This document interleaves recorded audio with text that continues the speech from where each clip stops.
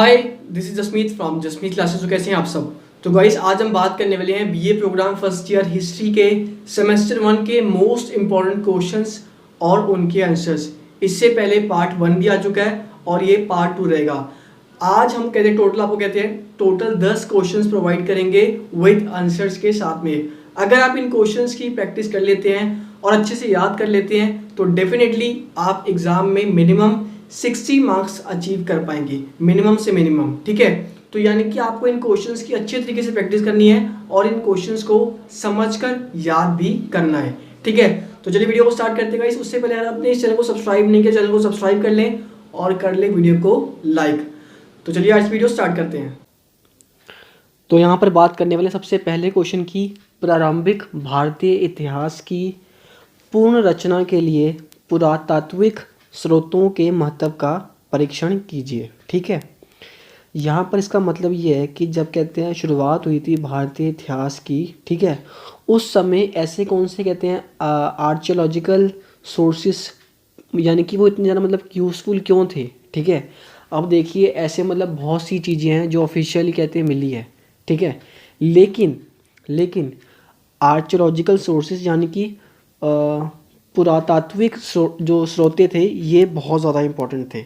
इससे हमें ऐसी ऐसी चीज़ें मिली जो कि कहते हैं मतलब भारतीय इतिहास के बारे में बताती हैं, शुरुआती दौर के बारे में। ठीक है, इसका जो मेन क्वेश्चन का मतलब है वो ये है। ठीक है, तो बात करते हैं इसके अब आंसर की।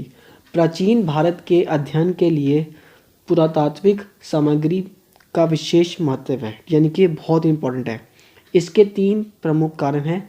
पहला यह है कि भारतीय ग्रंथों का रचनाकाल ठीक से ज्ञात नहीं है। ठीक है, यानी कि पहले वो ये कह रहा है कि जो भारतीय जो कहते हैं ग्रंथ है, यानी कि उनकी जो स्टार्टिंग डेट है या कहते हैं वो कब शुरू हुए कब ख़त्म हुए, इसकी वो जो डेट है वो सही नहीं है। ठीक है, वो ये कहना चाहता है। इसलिए उनसे किसी काल विशेष की सामाजिक और आर्थिक स्थिति का ज्ञान नहीं होता। ठीक है, उनसे क्या होता है कि भाई उस दौर में कहते हैं क्या सामाजिक स्थिति थी, क्या आर्थिक स्थिति थी, ऐसा कोई भी मतलब हमें कहते हैं कोई भी मतलब कहते हैं इंफॉर्मेशन नहीं मिलती है। ठीक है, अब दूसरे साहित्य साधनों में लेखक का दृष्टिकोण भी बाधा सही चित्र प्रस्तुत करने में बाधक हो जाता है। ठीक है, इसमें क्या है, यानी कि जो दूसरे वाला है, जैसे कि मान लीजिए जो लेखक है उसके दृष्टिकोण में भी जो कहते हैं पुस्तकें मिली हैं, जो कहते हैं जो फोटोज़ मिली हैं, उससे भी कहते हैं प्रॉपर तरीके से चीज़ें समझ नहीं आ पाती हैं। ठीक है, अब जैसे लेट सपोज उदाहरण के लिए चीनी यात्रियों ने भारतीय समाज का वर्णन केवल बौद्ध दृष्टिकोण से ही किया है, इसीलिए उनके वर्ण पूर्ण स्वरूप से ठीक नहीं है। ठीक है, यानी कि उन्होंने जो कहते हैं भारतीय चीन वर्णन में क्या करा है कि जो भारतीय समाज का जो वर्णन किया है वो केवल बौद्ध के दृष्टिकोण के हिसाब से किया है। ठीक है, उन्होंने कोई भी और कहते तरीके से उस चीज़ का वर्णन नहीं किया।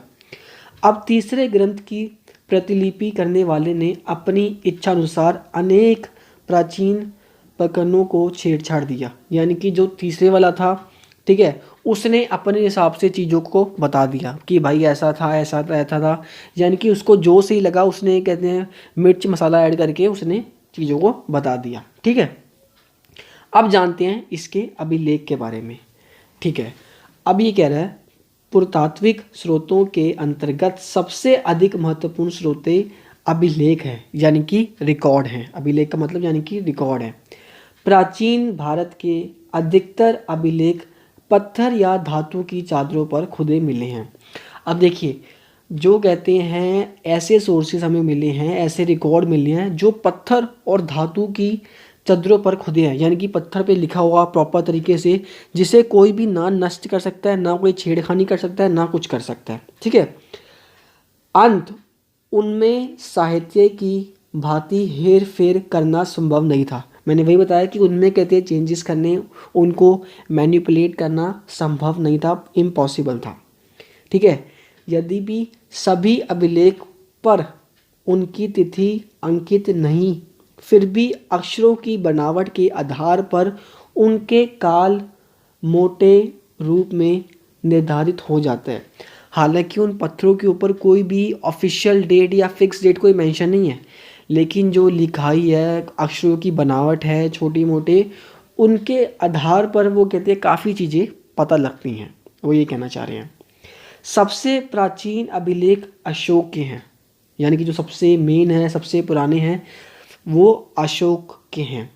केवल भूतपूर्व निजाम के राज्य में स्थिति मास्की नामक स्थान और गुजरी से प्राप्त अभिलेखों में अशोक का नाम स्पष्ट उल्लेख है इन दो जगहों से। ठीक है, यहाँ पर क्या कह रहे हैं, अशोक के अधिकतर अभिलेख ब्राह्मणी लिपि में है, यानी कि उस लैंग्वेज में है जिससे भारत की हिंदी, पंजाबी, बंगाली, गुजराती और मराठी, तमिल, तेलुगु, कन्नड़ा आदि सभी भाषाओं की लिपियों का विकास हुआ, यानी कि वहीं से वो सारी भाषाएं बनी हैं, ये कहना चाह रहे हैं। ठीक है, केवल उत्तर पश्चिमी भारत में मिले कुछ अभिलेख श्रेष्ठी लिपि में हैं। ठीक है, यानी कि और भाषा में है, ब्राह्मण से अलग। अब ये कह रहे हैं अशोक के बाद अभिलेखों को हम दो वर्गों में बांट सकते हैं। एक है सरकारी अभिलेख यानी कि ऑफिशियल रिकॉर्ड, और एक है निजी अभिलेख। सरकारी अभिलेख कौन से हैं? या तो राजकवियों की लिखी हुई प्रस्तियाँ या भूमि अनुदान पत्र, ठीक है, और अधिकतर तांबे की चादरों पर उत्कीर्णन है। ठीक है, अब मान लीजिए आपने कहते हैं कई मूवीज़ देखी होंगी जहाँ पर कहते हैं एक कहते हैं राजा आता है, उसके पास एक बंदा आता है कि सर आपके लिए एक संदेश आया है। संदेश में कहते हैं वो एक चादर से खोलता है, फिर वो पढ़ के सुनाता है। यानी कि ऑफिशियल तरीके से सरकारी तौर पे उस समय में, उस दौर में, ठीक है, ऐसे कुछ चीज़ें मिली हैं जो कि ऑफिशियली लिखी हुई हैं। ठीक है, यानी कि क्या संदेश आया था, कौन उस समय राजा था, तो यानी कि वो एक ऑफिशियल रिकॉर्ड है जो उनके हाथों का लिखा गया है। ठीक है, उनमें ना कोई कहते हैं हेर फेर कर सकता है, क्योंकि एक प्रॉपर तरीके से एक चादर है जिसमें कहते हैं तांबे के ऊपर लिखा गया है। ठीक है, तो वही बात है। इन अनुदान पत्रों में भूमिखंडों की सीमाओं के उल्लेख के साथ साथ उस अवसर का वर्णन है जब वह भूमिखंड दान में दिया गया। ठीक है, यानी कि क्या उस समय भूमिखंड था, कितनी भूमि थी, A to Z सारी इंफॉर्मेशन दे रखी है, आपको मोटा मोटा ही बता देता हूँ। ठीक है, उसके बाद क्या है, इन अनुदान पत्रों में शासकों की उपलब्धियों का वर्णन मिलता है, यानी कि किस समय वो आए, किस समय गए, किस समय फिर अगला राजा बना, यानी कि प्रॉपर तरीके से हमें वहाँ पे ऑफिशियल इन्फॉर्मेशन मिल जाती है। परंतु इन परिस्थितियों और अनुदान पत्रों में राजकवियों ने कुछ अतिशोधियाँ भी की हैं। ठीक है, अब बात करते हैं निजी अभिलेख की। ठीक है, अब यह क्या है, बहुधा मंदिरों में मूर्तियों पर उत्कीर्ण हैं। इन पर जो तिथियां खुदी हैं उनसे इन मंदिरों के निर्माण या मूर्ति का समय ज्ञान होता है। ठीक है भाई, निजी अभिलेख वो होते हैं जिनकी कहते हैं जो मंदिर में जो कहते हैं मूर्तियाँ होती हैं, उनमें जैसे मान लो कुछ लिखा हुआ है कि भाई ये मूर्ति के ऊपर कहते हैं इसने कुछ लिख दिया कि भाई इस मंदिर को इस डेट पे बनाया गया था, उस दौर में लिखा गया था। उससे क्या पता होता है कि भाई मंदिर की शुरुआत कब हुई, ठीक है, मूर्तियाँ कब बनी, और प्रॉपर तरीके से उसकी कहते हैं हमें इंफॉर्मेशन मिल जाती है। इस प्रकार इन अभिलेखों से मूर्तिकला और वास्तुकला के विकास पर प्रकाश पड़ता है। यानी कि उस समय क्या मूर्तिकला थी, लोग कहते हैं किन किन भगवानों को मानते थे, किन किन लोगों की पूजा करते थे, A to Z उससे हमें इंफॉर्मेशन मिल जाती है और तत्कालीन धार्मिक दशा की जानकारी प्राप्त होती है। भाई मैंने आपको बताया अभी, इन अभिलेखों का भाषाओं के विकास पर फर्क पड़ता है। निजी अभिलेखों से तत्कालीन राजनीतिक दशा का भी ज्ञान होता है, क्योंकि इनमें तत्कालीन शासकों का भी बहुधा उल्लेख होता है। लेट्स सपोज कहते हैं उस समय कोई राजा था, उसने कोई मूर्ति बनाई, उसके ऊपर उसने अपना नाम लिखवा दिया पीछे कि भाई ये मैं मूर्ति यहाँ पर दान कर रहा हूँ, इस पर मेरा नाम लिखा जाए। उससे क्या हो रहा है, वो जो मूर्तियाँ मिली हैं उससे कहते हैं उन राजाओं की राजनीति के बारे में भी और चीज़ों के बारे में भी हमें काफ़ी ज़्यादा कहते हैं इंफॉर्मेशन मिलती है। बहुत बढ़िया। अब बात करते हैं नेक्स्ट पॉइंट की, सिक्के। सिक्के यानी कि मुद्राएं प्राचीन भारतीय इतिहास के महत्वपूर्ण स्रोत थे। देश के विभिन्न भागों में खुदाई से भारी मात्रा में सोने, चांदी और तांबे के सिक्के मिले हैं, जिससे छठी शताब्दी या गुप्त काल तक के भारतीय इतिहास की जानकारी प्राप्त होती है। भाई जैसे आज के सिक्के हैं, इनमें कहते हैं कुछ ना कुछ लिखा हुआ है कि भारत सरकार ये वो, तो उस समय के जो सिक्के मिले हैं सोने के, चांदी के, तांबे पे, उस पे बहुत सी चीज़ें जड़ी हुई हैं। राजाओं के नाम, तिथि, डेट, ठीक है, कौन सा राजा आया, यानी कि काफ़ी इन्फॉर्मेशन हमें मिलती है। छठी शताब्दी से लेके गुप्त काल तक की हमें काफ़ी ज़्यादा कहते हैं इन्फॉर्मेशन उससे प्राप्त होती है। अब यूनानी आक्रमण के बाद ही यहाँ के सिक्के पर राजाओं के स्पष्ट नाम मिलते हैं, ठीक है, यानी कि इसके बाद हमें कहते हैं उस पर सिक्कों पर राजाओं के नाम भी मिलते हैं, ठीक है, बहुत बढ़िया। अब गुप्त शासकों के समय की भी ढेरों संपूर्ण मुद्राएं उपलब्ध हैं। गुप्त काल के बाद सिक्कों की संख्या काफ़ी सीमित है। सिक्कों के उस समय की आर्थिक व धार्मिक गतिविधियों के साथ साथ विभिन्न शासकों के नाम, उनकी कला, निधिकरण में भी सहायता मिलती है, यानी कि हमें काफ़ी उससे इंफॉर्मेशन मिल रही है कि क्या उस समय गतिविधियाँ थी, क्या आर्थिक स्थिति थी, कौन राजा था। सिक्के साहित्यों के माध्यम से प्राप्त जानकारियों के पूर्व हैं। कई बार सिक्कों के कारण ही उन शासकों के बारे में भी पता चला जिनका इतिहास में कोई उल्लेख नहीं था। यानी कि सिक्कों के ऊपर हैं हमें ऐसे कई राजाओं के, कई लोगों के ऐसे नाम मिले हैं जिनका कहते हैं इतिहास में, हिस्ट्री में कहते हैं कोई भी रिकॉर्ड था ही नहीं, एक भी इंफॉर्मेशन नहीं थी। लेकिन सिक्के मिलने के बाद हमें सामने आया कि भाई ये भी एक इंसान था, ये भी एक इंसान था, अच्छा इसका ये दौर रहा, इसने यहाँ तक कहते शासन किया, तो बहुत चीज़ें सामने आई हैं, ठीक है। अब ये हो गया आपका। यहाँ पर बात करेंगे सेकेंड इम्पोर्टेंट क्वेश्चन की, हड़प्पा सभ्यता की उत्पत्ति और पतन से संबंधित विभिन्न स्रोतों की चर्चा करें, ठीक है, यानी कि जो हड़प्पा सभ्यता थी उसकी शुरुआत और पतन के बारे में हमें बातचीत करनी है, ठीक है जी। अब देखिए, सिंधु घाटी की सभ्यता त्राम युग की सभ्यता मानी जाती है। विद्वानों ने इस सभ्यता का काल 28वीं ईस्वी से लेकर 25वीं ईस्वी निर्धारित किया है। सिंधु सभ्यता की उत्पत्ति के संदर्भ में अनेक विद्वानों ने अलग अलग मत प्राप्त किए हैं। भाई देखो सीधी सी बात है, अगर तीन बंदे कहते हैं पुरानी हिस्ट्री के बारे में कहते हैं डिस्कस कर रहे हैं, तो सबके अपने अपने विचार होंगे। वो बोलेंगे जी नहीं ऐसे हुआ होगा, वो बोलेंगे ऐसे नहीं ऐसे हुआ होगा, ठीक है। अब जितने कहते हैं लोग होंगे उतनी अलग अलग बातें होंगी, ठीक है। तो वही बात होगी है कि कोई भी एक चीज़ मैच नहीं करती है, एक सहमति किसी चीज़ पे नहीं होती है, उत्पत्ति के बारे में भी और कहते हैं पतन के बारे में भी। पहली बात तो ये हुई जी, ठीक है।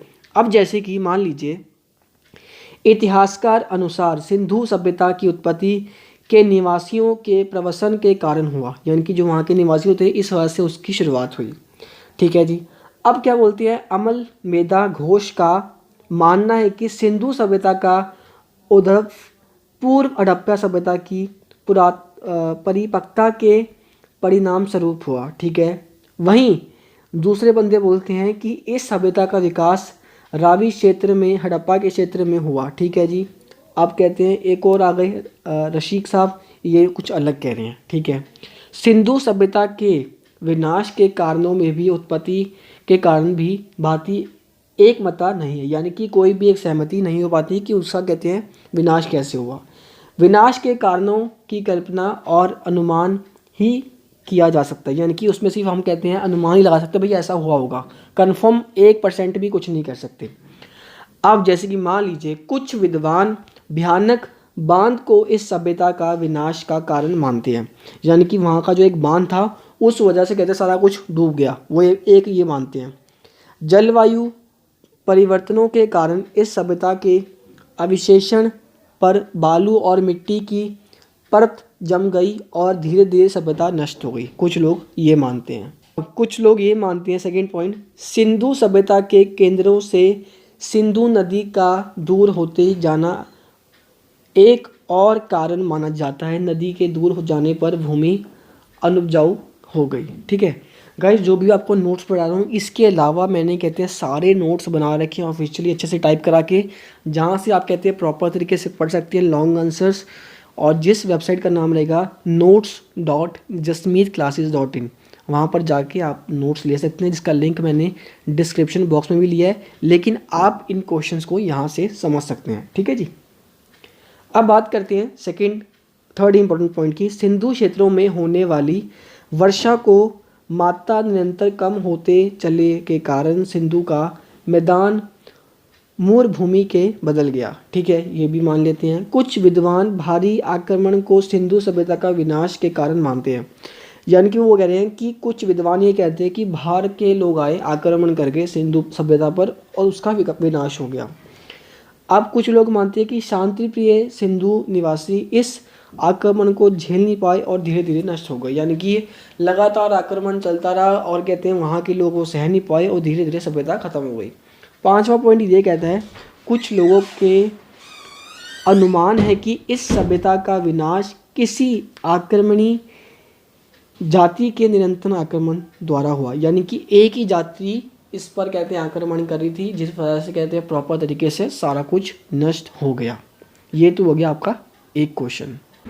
तो बात करने वाले नेक्स्ट क्वेश्चन की, बौद्ध धर्म एवं जैन धर्म की मुख्य विशेषताओं का वर्णन करें। ठीक है, बहुत इंपॉर्टेंट क्वेश्चन है। बौद्ध ने अनेक बौद्ध संघ की स्थापना की, इन्हें विहार कहा जाता है।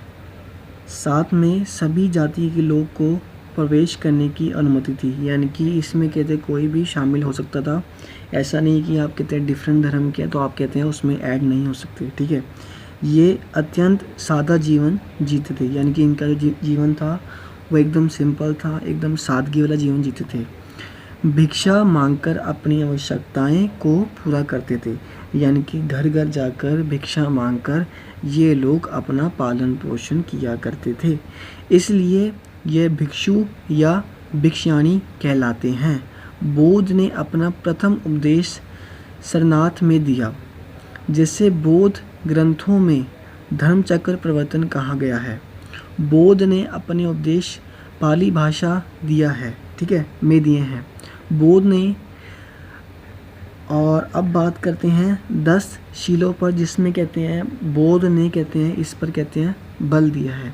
सबसे पहला है आपका अहिंसा, चोरी नहीं करना, सत्य, नृत्य गान आदि से दूर रहना, असमय भोजन नहीं करना, किसी प्रकार की संपत्ति नहीं रखना, सुखप्रद बिस्तर पर नहीं सोना, मदिरा का सेवन नहीं करना, स्त्रियों से दूर रहना और धन संचय नहीं करना।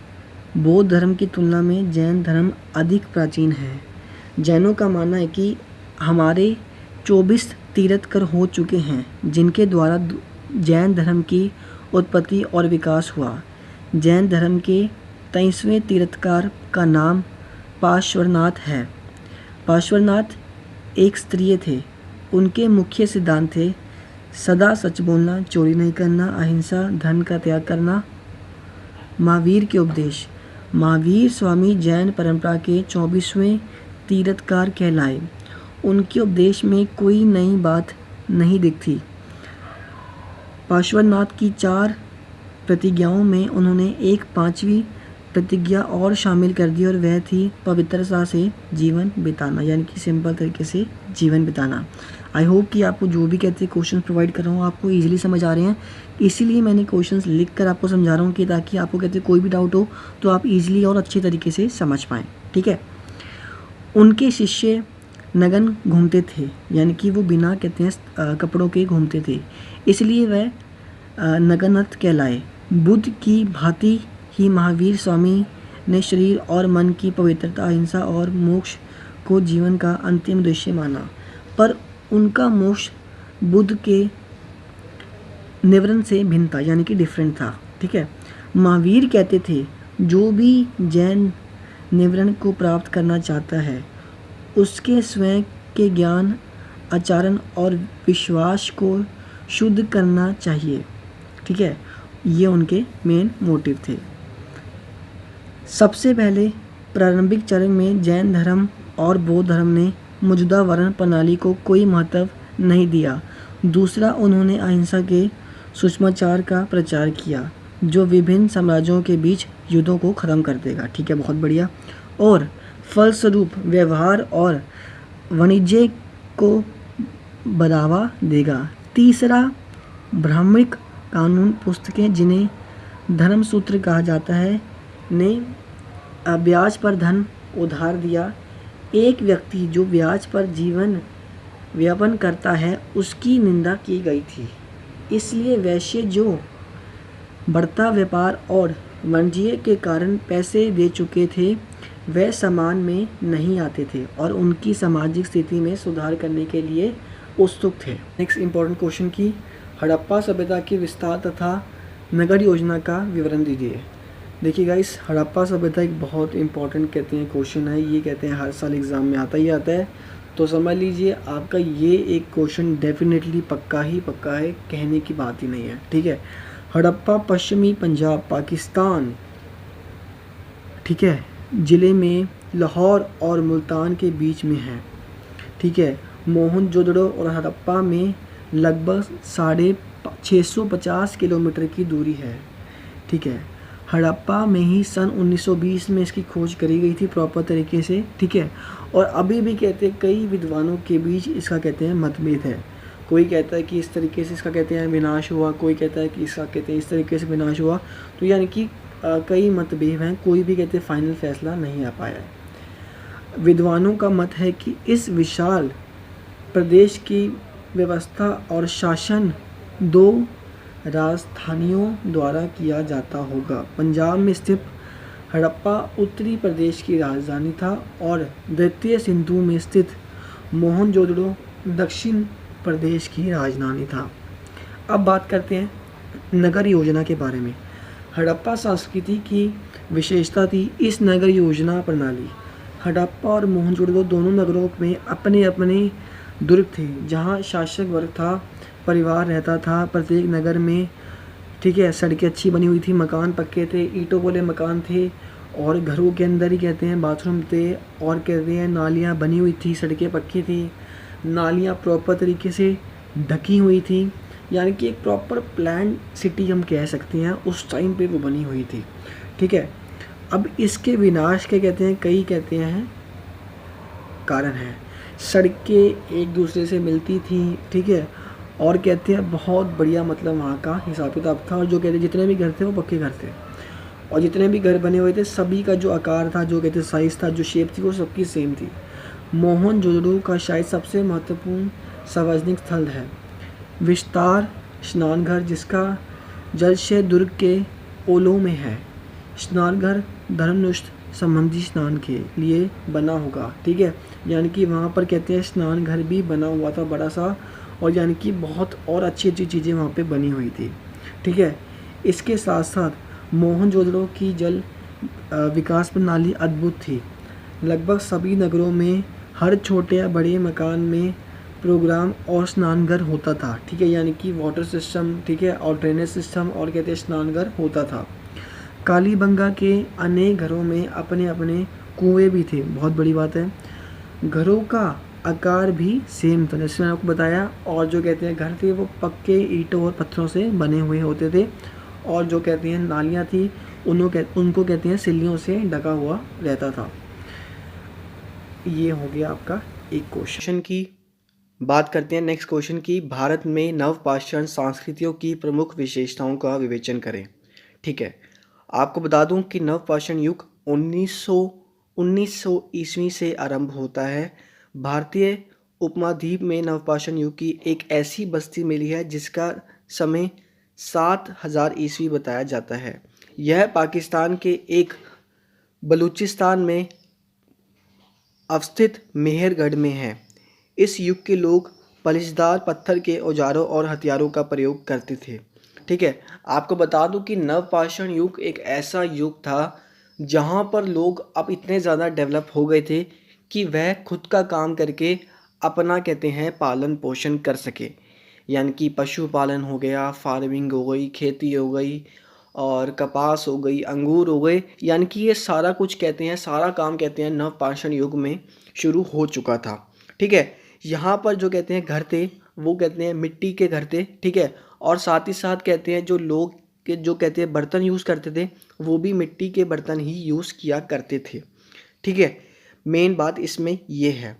आपको बता दूं कि इसमें क्या था कि इससे पहले जो युग था नवपाषाण से पहले, उस समय लोग सिर्फ वही खा रहे थे जो उन्हें कहते हैं मान लीजिए पेड़ों पे मिलता था, या जो कहते हैं प्रकृति में मिलता था। यानी कि वो खुद से कुछ भी काम करके कहते हैं खा पी नहीं सकते थे और अपना पालन पोषण भी नहीं कर सकते थे।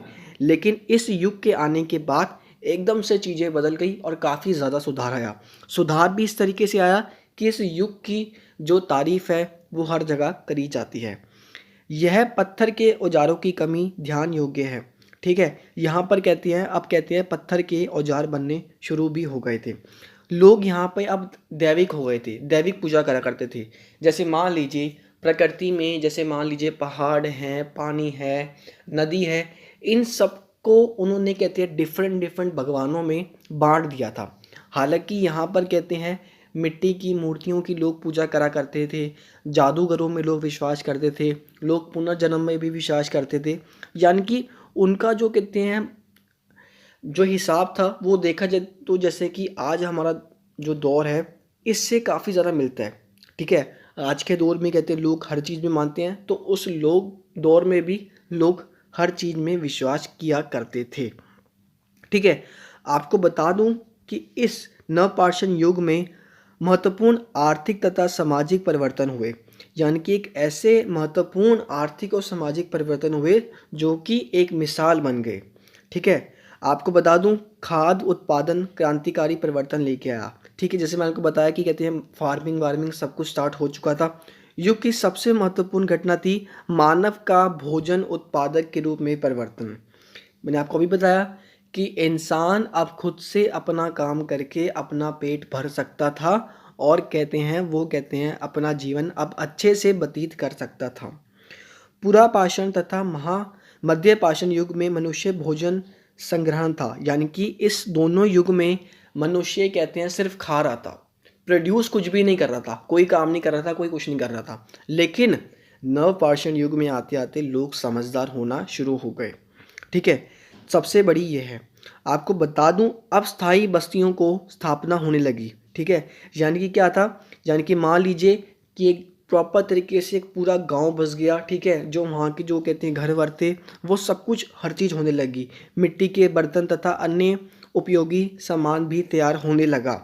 ठीक है, और सबसे बड़ी बात क्या है, इस समय तक धातु के हथियार नहीं बनते थे। यानी कि इस दौर से पहले धातु के हथियार नहीं बना करते थे, लेकिन इस युग में आते आते सब कुछ काम होने लगा। इस युग में अनेक उदय हो रहे थे, मिट्टी के बर्तन हो गए, मिट्टी की मूर्तियाँ हो गई, खिलौने हो गए। ठीक है, और हड्डी तथा पत्थर से आभूषण बनाए गए। वाह।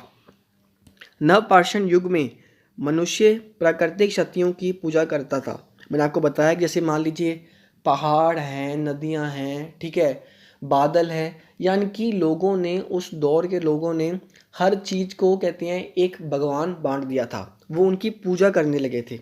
आपको बता दूँ इसके अलावा वो मातृ देवी की पूजा भी किया करते थे।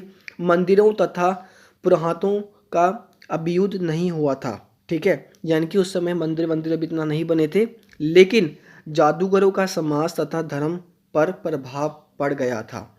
मैंने आपको बताया कि कहते हैं उस दौर में जादूगर हो गए और पुनर्जन्म हो गया, इन पर लोग का जो विश्वास था वो बढ़ना शुरू हो गया था। भारत में भिन्न भिन्न भागों में नवपाषाणी संस्कृतियों के विभिन्न स्वरूप देखने को मिलते हैं। ठीक है, इस प्रकार हम देखते हैं कि नवपाषाण काल में आर्थिक और सामाजिक क्षेत्र में अनेक परिवर्तन आए हैं। यानी कि आपको इस क्वेश्चन में सिंपल वर्डों में ये लिखना है कि ये दौर ऐसा था जहाँ पर क्या था। आपको बता दूँ कि इस युग में सीढ़ियाँ तक मिली हैं। यानी कि मान लीजिए कोई घर है, ठीक है, आपको कहते हैं उसकी छत पे जाना है तो वहाँ पर एक प्रॉपर तरीके से सीढ़ियाँ तक बनी हुई थी जाने के लिए। ठीक है, तो यानी कि एक काफ़ी तरीके से मतलब कहते हैं लोग डेवलप हो गए थे, लोग कहते हैं औजार बना रहे थे, सप्लाई कर रहे थे। ठीक है, और अपना पालन पोषण कर रहे थे, भैंसे वैसे लोग कहते हैं पशुपालन भी करना शुरू कर दिए थे। यानी कि प्रॉपर तरीके से इस युग में कहते हैं कई परिवर्तन आए, इसीलिए नवपाषाण युग को एक अच्छे युग में देखा जाता है। तो आपको सिंपल वर्ड्स में इस क्वेश्चन को इस तरीके से लिखना है। बात करते हैं नेक्स्ट क्वेश्चन की, ऋग्वैदिक कालीन सामाजिक एवं आर्थिक परिस्थितियों पर प्रकाश डालिए। आपको बता दूं कि ऋग्वैदिक कालीन अर्थव्यवस्था मुख्य रूप से पशुपालन और खेती थी। यहाँ पर लोग गाय संपत्ति की सबसे महत्वपूर्ण प्रतीक थी। यानी कि मान लीजिए आपको कोई भी लेन देन करना है, कोई सामान लेना है या देना है, तो उसको कहते हैं कोई भी पैसे वैसे देने नहीं पड़ते थे उस दौर में। उस तरीके से कोई सामान लेना है या देना है, लेन देन करना है, तो लेन देन के लिए गायों का उपयोग किया जाता था कि यानी कि मैंने तुम्हें ये सामान दिया तो तुम मुझे इसके बदले में ये सामान दोगे। ठीक है, तो ये हुई मेन बात। और यहाँ के जो लोग थे वो जीवन किस तरीके से बिताते थे, खेती बाड़ी करके, पशुपालन करके और ये सब करके बिताया करते थे। आपको बता दूं कि यहाँ पर कहते हैं कबीलाएं और मुख्य रूप से लोग एक साथ रहने लगे थे। एक प्रॉपर तरीके से संयुक्त परिवार भी बन चुका था और जिसको कहते हैं बहुत महत्वपूर्ण भी माना जाने लगा था इस दौर में। यानी कि इस दौर में, ठीक है, प्रॉपर तरीके से लोग व्यवसाय कर रहे थे, आधारित सामाजिक विभाजन प्रारंभ हो चुका था, परंतु उस समय जातिगत विभाजन नहीं था। यानी कि ये नहीं था जातिगत, कहते हैं भेदभाव इतना ज़्यादा नहीं था कि जैसे कि तू यहाँ पर नहीं रहेगा, तू यहाँ पर नहीं रहेगा, तो उस तरीके से वो चीज़ नहीं थी। आपको बता दूं कि यहाँ के जो लोग थे वो अपने मनोरंजन के लिए संगीत गाया करते थे। संगीत, गाना बजाना हो गया, इस तरीके की ये लोग कहते हैं गेम्स खेला करते थे। ठीक है, इसके साथ साथ यहाँ पर इस युग में चावल, नमक और मछली का उपयोग नहीं किया जाता था। ठीक है, जो हो गई और धान हो गया, सिर्फ इसकी ही खेती की जाती थी। इस युग में कपास की खेती नहीं की जाती थी। सबसे जो मेन आपका कहते हैं जो पॉइंट्स आते हैं जिससे आप कहते हैं और अच्छे तरीके से अपने पॉइंट्स भी बना सकते हैं। प्रारंभिक वैदिक लोगों ने प्राकृतिक शक्तियों जैसे वायु, जल, वर्षा आदि को मूल रूप दिया और उनकी देवताओं की तरह पूजा करते थे। यहाँ पर इस दौर में कहते हैं लोग मंदिरों की पूजा नहीं किया करते थे। ठीक है, जैसे कि मान लीजिए जल हो गई और कहते हैं वायु, लोग इन सब की कहते हैं पूजा किया करते थे। वह देवता की उपासना किसी अमूर्त दार्शनिक अवधारणा की नहीं बल्कि भौतिक लाभों के लिए करते थे। ठीक है, यानी कि अपने पर्सनल फ़ायदे के लिए ये लोग सब किया करते थे। ठीक है, वैदिक धर्म के बलिदान या यज्ञ का महत्व बढ़ रहा था। ठीक है, ऋग्वैदिक काल का समाज 4 वर्णों में विभाजित था: ब्राह्मण, क्षत्रिय, वैश्य और शूद्र। ठीक है, उत्तर वैदिक काल में अंत इस बात पर बल दिया जा रहा था कि ब्राह्मण और क्षत्रियों के बीच यानी कि गुट हो सके, ये लोग साथ रह सकें। उससे क्या हुआ, ताकि समाज के शेष भाग पर उनका प्रभाव बना रहे, यानी कि उनकी एक पकड़ बनी रहे। वैश्य जो थे वो राजाओं के परिजन होते थे। ठीक है, जैसे कि मान लीजिए कहते हैं उत्पादन संबंधी काम सौंप दिया, जैसे कि कृषि, पशुपालन आदि, ये सब कहते हैं वैश्य क्या करते थे। राजा जो राजनाओं या क्षत्रियों का अगुवा था। अन्य 3 वर्णों और शूद्रों के बीच विभाजक रेखा देखने को मिलती है। परिवार स्तर हम देखते हैं कि पिता का अधिकार सबसे महत्वपूर्ण था। ठीक है, यहाँ की यानी कि जो कहते हैं पिता है उसको कहते हैं मतलब बहुत ज़्यादा कहते हैं आगे अहमियत मिलती थी। वह अपने पुत्र को उत्तराधिकार से वंचित कर सकता था अगर वो चाहे तो। जैसे कि मान लीजिए कोई एक बाप है, उसको अपने बेटे को अधिकार देने ही देने ऐसा नहीं था। ठीक है, वो चाहे तो वो अधिकार किसी और को भी दे सकता था। राज्य परिवार में ज्येष्ठ अधिकार का प्रचलन प्रबल होता गया, यानी कि कोई भी ऑफिशियल डिसीजन लेना है, कोई भी ऑफिशियल पावर देनी है, तो ये सब कहते हैं शुरू हो चुका था। ठीक है, इस गौण शब्द का मूल अर्थ है गोष्ठ व स्थान जहाँ समुच कुल गोदन पाले जाते थे। और यहाँ पर क्या था कि गोत्र प्रथा स्थापित हुई। जैसे कि मान लीजिए कहते हैं आज कहते हैं कोई भी लोग होते हैं वो बोलते हैं कि मैं इस गोत्र का हूँ, मैं इस गोत्र का हूँ, तो यानी कि ये सब चीज़ें वहाँ पे उस समय में स्टार्ट हो चुकी थी। वैदिक काल में आश्रम अर्थात जीवन के 4 प्रक्रम सुस्पष्ट नहीं हुए। ठीक है, आपको बता दूं कि इस दौर के जो लोग थे ना वो कहते हैं अच्छे से रहा करते थे। यानी कि ऐसा नहीं था कि कहते हैं कोई कहते हैं मतलब आपस में लड़ाई झगड़ा हो रहा है, ऐसा कुछ भी नहीं हो रहा। लोग शांति से यहाँ पर अपना जीवन व्यतीत किया करते थे। बात करते हैं अब नेक्स्ट क्वेश्चन की। भारत की महापाषाण संस्कृतियों के महत्व के रेखांकित कीजिए। 1823 में पहली बार बबिंगटन ने केरल के मालाबार क्षेत्र में स्थित महापाषाण कब्रों का वर्णन प्रस्तुत किया था। तब से भारत भर में कई महापाषाण ढांचे का पता चला है। सिर्फ भारतीय गंगेय मैदानों, राजस्थान के रेगिस्तान और गुजरात के कुछ भागों में ही ये ढांचे पाए गए हैं। सबसे अधिक महापाषाण स्थल आपके हैं प्रायद्वीप भारत और नर्मदा दक्षिणी क्षेत्र अर्थात दक्कन में पाए गए हैं। ठीक है, इसमें सर्वाधिक 665 स्थल कर्नाटक में और तमिलनाडु में कितने पड़े गए हैं? 607 स्थल, आंध्र प्रदेश में 300, केरल में 220 स्थल, महाराष्ट्र में 91 स्थल पाए गए हैं। ठीक है, उत्तरी भारत में महापाषाण स्थलों में उत्तर प्रदेश का इलाहाबाद, मिर्ज़ापुर, वाराणसी क्षेत्र, उत्तराखंड में ये सब पाए गए हैं। अब आप कहीं ना कहीं कंफ्यूज होंगे कि महापाषाण किसको कहा जाता है। आपको बता दूं कि जैसे मान लीजिए एग्जाम्पल के तौर पे जो इसको कहते हैं महापाषाण युग कहा गया, इसका मेन जो रीज़न ये था कि उस दौर में महापाषाण युग में जो कहते हैं कब्रें मिली हैं। ठीक है, मान लीजिए कहते हैं किसी की मृत्यु होती है तो लोग कहते हैं उसको कहते हैं ज़मीन में कहते हैं डाल देते हैं और ऊपर से कहते हैं मिट्टी डाल देते हैं। लेकिन महापाषाण युग, ठीक है, वहाँ की जो कहते हैं कब्रें थी वो किस तरीके से थी?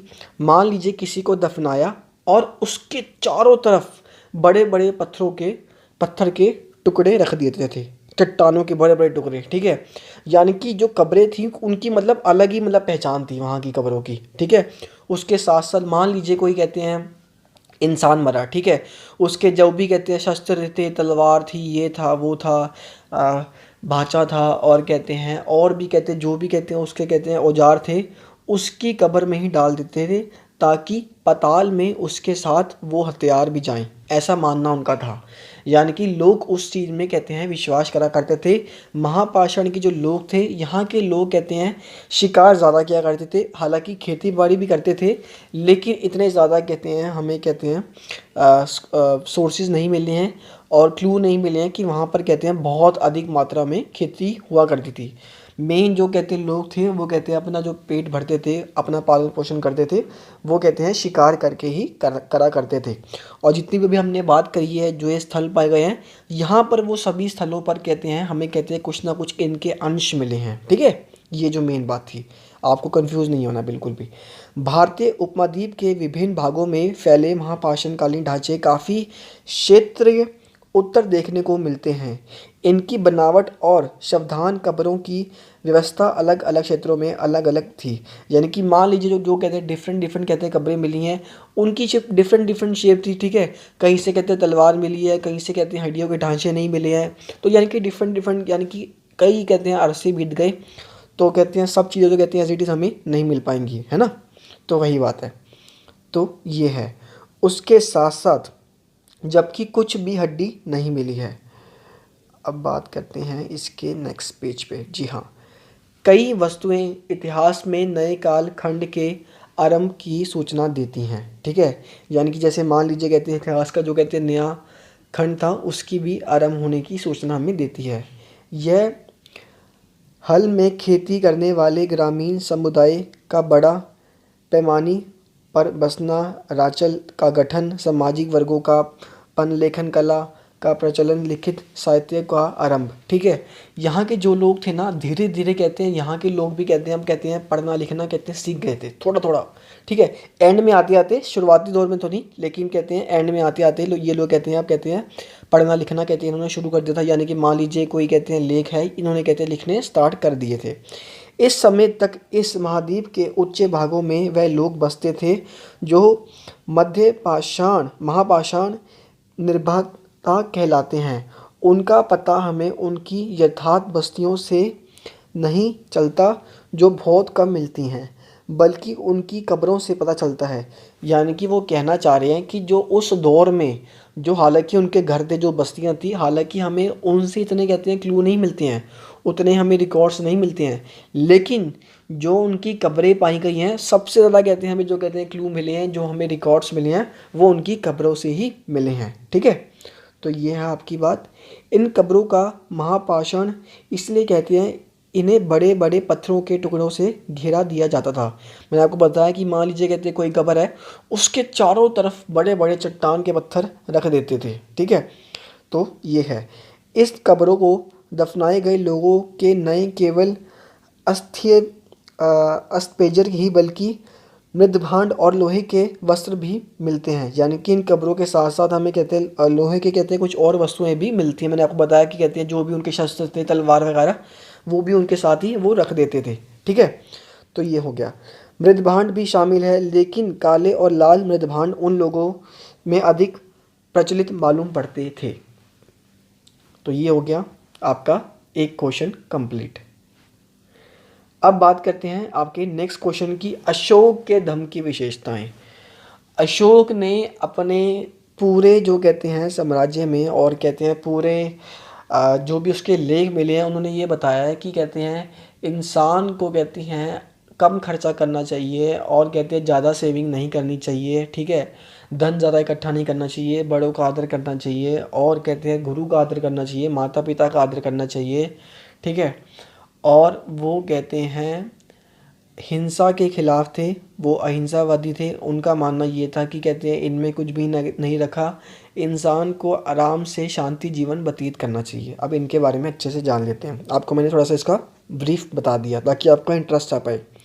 संसार के इतिहास में अशोक इसलिए विरासत हैं, उनसे निरंतर मानव की नैतिक उन्नति के लिए प्रयास किए गए। यानी कि वो चाहते थे, कहते हैं उनकी तरफ से कहते हैं काफ़ी प्रयास किए गए ताकि कहते हैं मानव का कहते हैं डेवलपमेंट हो, कहते हैं वो आगे बढ़े।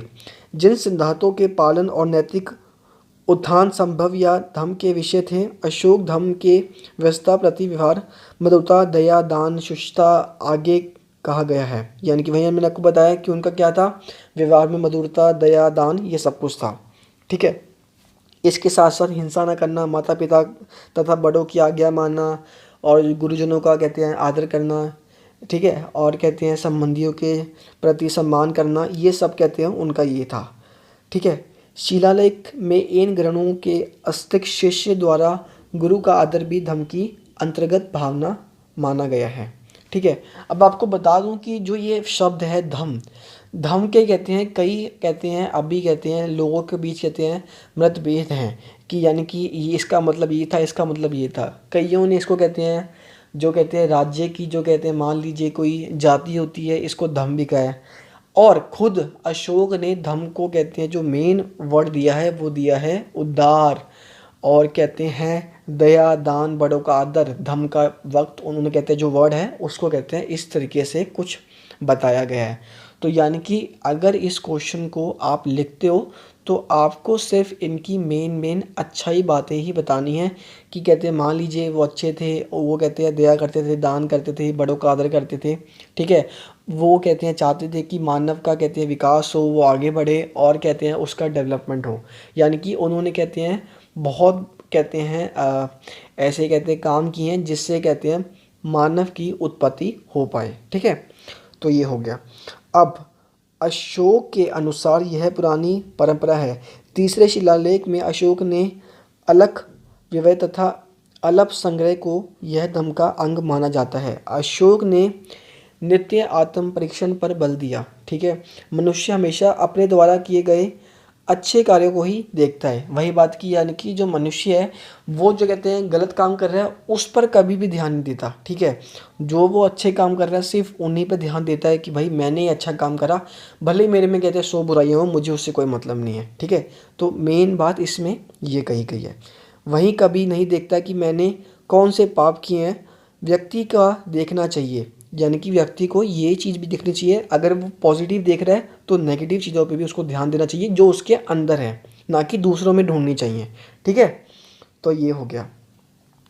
उसके साथ साथ चिढ़ता क्रोध व्यक्ति के पाप, इन सब से उसने दूर रहने को कहा है। अशोक के साम्राज्य में अनेक संप्रदाय के मानने वाले थे, और हो सकता है कि उनमें बहुत विरोध तथा परिता का भाव भी रखते हो। ठीक है, उससे सभी संप्रदायों के साम्राज्य स्थापित करने के लिए सदाचार के इन नियमों पर जोर दिया। ठीक है, यानी कि उन्होंने कहते हैं मान लीजिए एक राज्य को कहते हैं अच्छे तरीके से गठित करने के लिए इन चीज़ों का प्रयास किया, इन नियमों का कहते हैं प्रयास किया। इसमें कोई संदेह नहीं कि अशोक बौद्ध धर्म का अनुयायी था। ठीक है, अब मान लीजिए कहते हैं धम्म शब्द का मतलब ये भी बनता है कि यानी कि बौद्ध धर्म जो था, ठीक है, उसमें थोड़े से चेंजेस करके इन्होंने कहते हैं अपने धर्म को बना लिया था। कई विद्वानों का ऐसा भी मानना है। ठीक है, कि भाई धम्म शब्द की जो कहते हैं उत्पत्ति हुई है, जो उनके विचार हैं वो कहीं ना कहीं कहते हैं मिलती हैं। और वैसे भी अशोक बौद्ध धर्म के कहते हैं अनुयायी थे। सभी बौद्ध ग्रंथ अशोक के बाद बौद्ध धर्म का अनुयायी हैं बताते हैं। अशोक के बौद्ध होने का सबल प्रमाण उसके अभिलेखों हैं। अभिषेक से संबंध लघु शिलालेख में अशोक ने अपने को बुद्धिशाक्य कहा है। साथ ही यह भी कहा है कि वह 2.5 वर्ष तक एक साधारण उपासक रहा। ठीक है, लघु शिलालेख से यह भी पता चलता है कि राज्याभिषेक के 10वें वर्ष में अशोक ने बोध गया की यात्रा की। 12वें वर्ष में वह निगलिक सागर गया और कनक मुनि दुग्ध के स्तर पे आकार को ढूंढा दुगना किया। ठीक है, और इसके साथ साथ अशोक के सारनाथ तथा सांची के लघु संदेव लेख में सतभेद के विरोध यह आदेश जारी किया, यानी कि उनका जो मेन मतलब था, उन्होंने कहते हैं कई शिलालेख लिखे। ठीक है, अब वो कहते हैं कहीं ना कहीं ये बता रहे हैं कि कहते हैं मैंने यहाँ पर जाके कहते हैं ये उत्पादि पाई और यहाँ पर जाके ये उत्पादि पाई, यानी कि उन्होंने कहते हैं कहीं ना कहीं कहते हैं बौद्ध धर्म को आकर्षित किया, उसको आगे बढ़ाने की प्रॉपर तरीके से कोशिश करी, क्योंकि वो खुद भी कहते हैं बौद्ध धर्म के अनुयायी थे। ठीक है, इसके साथ साथ हम अशोक के व्यक्तिगत धर्म और अभिलेखों के लिए हुए धम्म के स्पष्ट भेद रखना है। यह मानव धर्म का तभी तो अशोक अपने 13वें शिलालेख में विदेशी में यूनानी शासकों और देश के साम्राज्य के बाहर दक्षिण के पड़ोसी राज्यों की धम्म विजय का दया किया है। ठीक है, यानी कि उन्होंने कहते हैं जो उनके 13वें शिलालेख में उन्होंने कहते जो विदेशी यूनानी शासक थे उनके साम्राज्य और दक्षिण पड़ोसी राज्यों के धम्म विजय के बारे में भी बताया है। अब बात करते हैं नेक्स्ट क्वेश्चन की। आर्य कौन थे? ऋग्वैदिक राजनीतिक एवं आर्थिक जीवन का वर्णन कीजिए।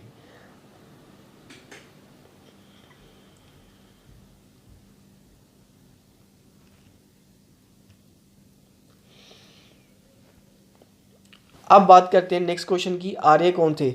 ऋग्वैदिक कालीन राजनीतिक एवं आर्थिक जीवन का वर्णन कीजिए।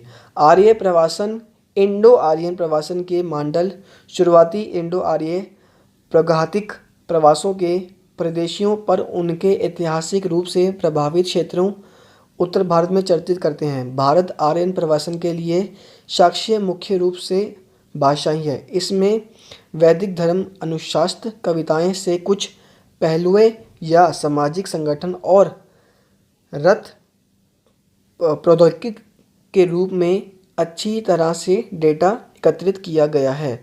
इंडो आर्यन पहले प्रोटो इंडोन ईरानी मंच से निकलते हैं। ठीक है, आमतौर पर कांस्य युग के साथ पहचाना जाता है। जो इनका नाम है वो मेन जो है वो कांस्य युग के साथ पहचाना जाता है। हालांकि इसमें भी कहते हैं जो विद्वान हैं इनके भी कहते हैं कई मतभेद रहे हैं इसके ऊपर भी।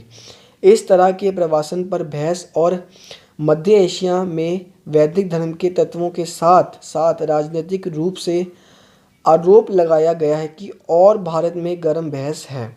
भारत के बाहर सिद्धांत के अनुमानित राजनीतिक और यह भारत ईरानी और तथा भारत यूरोपीय विस्तार के बड़े ढांचे की चर्चा की जाती है। यानी कि इसमें कई भेद हैं कि आर्य कहते कौन थे।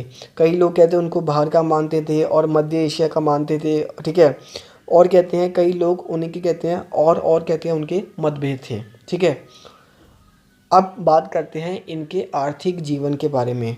कृषि व्यवसाय का मुख्य साधन था इनके लिए। ठीक है, और साथ साथ जो दिखता है कि वह नाम मात्र थे और यह उनके जानवरों को चराता हुआ वह गए थे। उन्होंने बुनाई की और लोहार जैसी कई कलाएं और उद्योगों विकसित किए थे। लोहार और सोने की चोटी का उल्लेख किया गया है और वे यूटिलिए यंत्र और गहने आ, आ, यूलियस और गंत्र और गहने बना सकते हैं। उनका भी केंगन हार पाल्य जैसे उल्लेख किया गया है। लोहार तीर भाला चाकू खेजर और तलवारें बनाते थे। ये सब कहते हैं वो लोग काम किया करते थे। कौशे और तांबे जैसी धातु की भी उन्हें ज्ञात थी, यानी कि इसके बारे में भी उनको जानकारी थी और उनका उपयोग, ठीक है, बर्तनों के लिए भी किया जाता था। उनका पहनावा बहुत ही सादी पूर्ण था लेकिन उन्हें सिलाई ज्ञान था, ठीक है, यानी कि उनका जो पहनावा था बहुत ही सिंपल था लेकिन उन्हें कहते हैं सिलाई कढ़ाई के बारे में प्रॉपर तरीके से सारी जानकारी थी। अब आपको इस क्वेश्चन में मेन ये लिखना है कि जो आर्य थे, ठीक है, या तो कहते हैं बाहर के थे, ठीक है। इसमें कहते हैं कई लोगों के, कई विद्वानों के मतभेद हैं कि वो कहाँ से आए और कहते हैं कहाँ से चले गए, ठीक है। उन्होंने कहते हैं कुछ टाइम कहते हैं वो रहे और कहते हैं उनको मेन तरीके से उनको इंडो आर्यन भी कहा जाता है। उनके आर्थिक जीवन में कहते हैं वही है कि वो कहते हैं अपना कहते हैं व्यवसाय करते थे, कृषि करते थे और कहते हैं मान लीजिए चराई करते थे जानवरों की, पशुपालन किया करते थे, बुनाई करते थे, लोहार जैसे कई काम करते थे, सोने के गहने ये सब किया करते थे। तो मेन आर्य के बारे में यही लिखना है। इसमें आप कहते हैं कुछ और पॉइंट्स भी ऐड कर सकते हैं अपने क्वेश्चन को लंबा करने के लिए। मैंने सिर्फ आपको ब्रीफिंग बताई है क्वेश्चन की। अब बात करते हैं नेक्स्ट क्वेश्चन की। प्राचीन भारतीय इतिहास के अध्ययन के विभिन्न साहित्यिक स्रोतों की विवेचना कीजिए। अध्ययन के लिए विभिन्न साहित्यिक स्रोत। भारतीय इतिहास का ज्ञान कई स्रोतों के लिए किया गया है। इन स्रोतों में शामिल है धार्मिक साहित्य। इनमें कौन कौन से हैं? हिंदुओं, बौद्ध और जैनों के धार्मिक ग्रंथ शामिल हैं। यानी कि ये बात क्या कर रहे हैं, जो प्राचीन भारत के इतिहास है वो, यानी कि जो हमें इन्फॉर्मेशन मिली है वो किस किस तरीके से मिली है, ठीक है। तो हमें उन स्रोतों के बारे में बात करनी है, यानी कि हमें उन सोर्सेज के बारे में बात करनी है। एक हो गए धार्मिक, अब एक हो गए हिंदू धार्मिक ग्रंथ।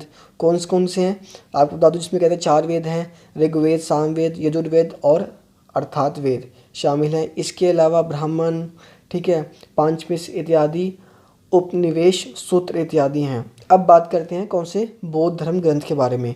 बौद्ध के धार्मिक ग्रंथ का मुख्य निकाय त्रिपिटक कहा जाता है। जातक कहानियाँ राजनीतिक, सामाजिक, आर्थिक और धर्म की स्थितियों आदि के संदर्भ हैं, ठीक है, यानी कि ये सब कहते हैं इस चीज़ के बारे में बताती हैं। अब बात करते हैं जैन धर्म की। जैन के जो कहते हैं धार्मिक पुस्तकें ऐतिहासिक व्यक्तियों और घटनाओं को भी उल्लेख करती है, यानी कि जो भी घटनाएं उसके बारे में वो बताती हैं।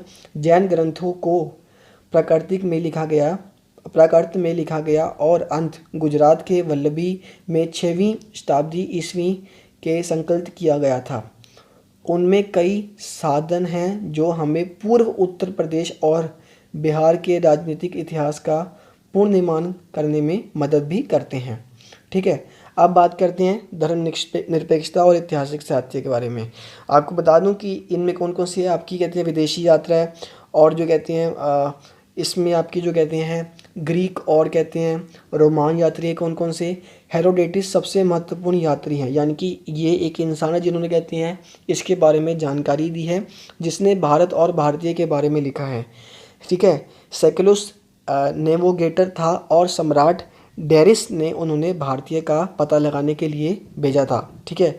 इतिहास का जो अलेक्जेंडर के साथ नर्चिस, ठीक है, इत्यादि थे, उन्होंने उन दिनों में भारत के लोगों को छोड़ दिया था। इसके बाद कौन सा पॉइंट आता है आपका, चीनी यात्री। फोयान, सोगियन और आई तिंग के भारत के बारे में लिखा था। फोयान ने चंद्रगुप्त द्वितीय के तहत भारत की राजनीतिक, सामाजिक, आर्थिक और धार्मिक स्थितियों का वर्णन किया, ठीक है। फोयान संघ ने राज्य के बारे में लिखा था, ठीक है, यानी कि ये सब भी कहते हैं वो लोग थे जिन्होंने कहते हैं प्रॉपर तरीके से भारत के बारे में प्रॉपर तरीके से इंफॉर्मेशन मिली। यानी कि ये वो लोग हैं जिससे कहते हैं हमें इंफॉर्मेशन मिली। मान लीजिए कहते हैं जो ग्रंथ थे, ठीक है, यानी कि जो जैन ग्रंथ थे, हिंदू ग्रंथ थे, हमें उनमें से इंफॉर्मेशन तो मिली है जो उनके हाथ की लिखी हुई थी उस टाइम की। लेकिन कुछ लोग ऐसे मिले हैं जिन्होंने कहते हैं वो चीज़ें निकाल डाली जो कहते हैं कहीं पर भी लिखी नहीं हुई थी। यानी कि वो सोर्सेस हमें जो प्राचीन भारत के इतिहास के बारे में बताया करते हैं। आई होप कि आपके जो भी डाउट्स थे वो सभी डाउट्स दूर हो चुके हैं। इसके साथ साथ इन सभी क्वेश्चंस के नोट्स भी अवेलेबल हैं, जिसका लिंक मैंने दिया डिस्क्रिप्शन बॉक्स में। वहाँ पे जाके आप इन सभी नोट्स को परचेज कर सकते हैं और अपने सभी डाउट्स को दूर कर सकते हैं। मिलते हैं आपको नेक्स्ट वीडियो में। Till then work hard,